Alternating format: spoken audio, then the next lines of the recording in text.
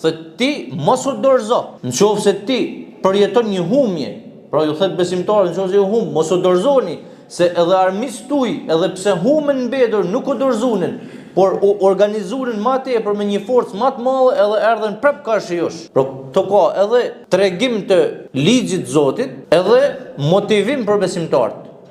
I ngushëllon dhe i motivon besimtarët. Pra thotë ju mos u tregoni dobë dhe mos u demoralizoni. Ky është ligj i Allahut.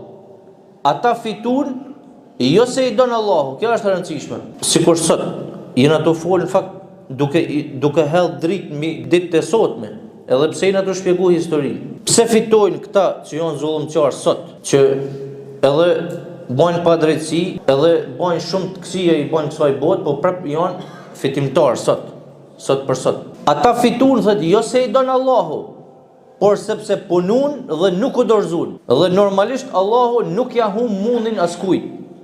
Kush mundohet arrin sukses. Allahu nuk i bën kujt pa drejtësi. Tu desh ka llogari me vetin besimtari. Ku jam unë, ç'a jam të bën? A jam të dorëzu, a jam të punu, a jam të demoralizu, apo jam të vazhdu?